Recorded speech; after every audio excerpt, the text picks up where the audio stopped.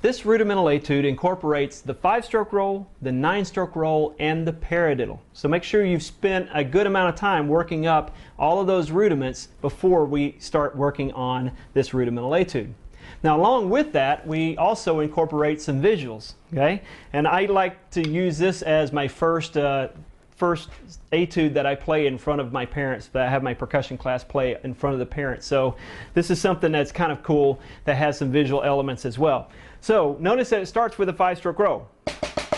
Then what I'm going to do is a stick click in front of my face. Now I have my students all lift up their sticks, make an X about chin level, then they're going to play the right stick on top of the left stick. So I start off with a 5, click, click.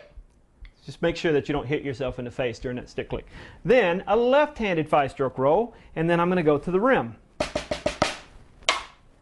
Now I have my students just push their hands out. Okay? I don't want them turning their hands here because it's difficult to everybody get their sticks back in that position. So notice here my hands are still in that proper playing zone. I'm just pushing my sticks up into the X, and in here I'm just pushing out. So here's what the first line looks like.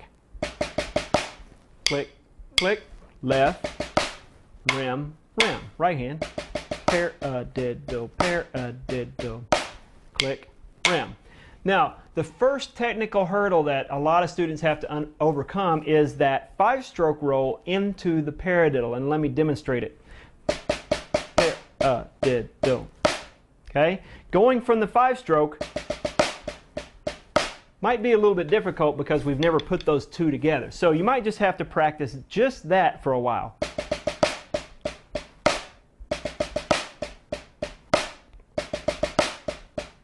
Just over and over, getting used to playing that 5 and a paradiddle, 5 and a paradiddle over and over. That's what I call looping it. So we're doing it in a loop, doing it over and over until everybody's got that nice and solid. The second line is a lot like the first line. Got kind of the same stickings, the same 5-stroke rolls, the same visual elements, except for the last 2 measures. And let's take that because there's a little trick involved with that one as well. The last 2 measures, I start off with 2 paradiddles. But I don't lift all the way up on my second paradiddle because in the last measure I don't start with a downstroke. I start with a medium height roll. So I'm going to go paradiddle, paradiddle, and only lift up to about half height for my 9-stroke roll at the end. So watch how that looks. Paradiddle, paradiddle, double, double, double, double, tap. That's all there is to it. Now I'm going to play all the way through the rudimental etude with the quarter note equals 90 using double stroke rolls. If you don't have your double stroke rolls worked up to this speed, you might have to take a little slower tempo. Doesn't really matter how fast we do it as long as we do it well. So here's what it looks like at 90 beats per minute. 1, 2, 3. Double, double tap. Double, double tap. Double, double paradiddle, paradiddle, tap. Right, left, right. Left, right, left. Double, double paradiddle, paradiddle. Double, double, double, double, tap. So that last paradiddle is really a downstroke and 3 taps instead of an upstroke. So there it is. Now you can play it faster if you've got your double strokes worked up. Or you can play it with multiple bounces, and this is the way it is on the accompaniment CD. So now I've got my tempo at 100. Listen to what it sounds like with multiple bounces.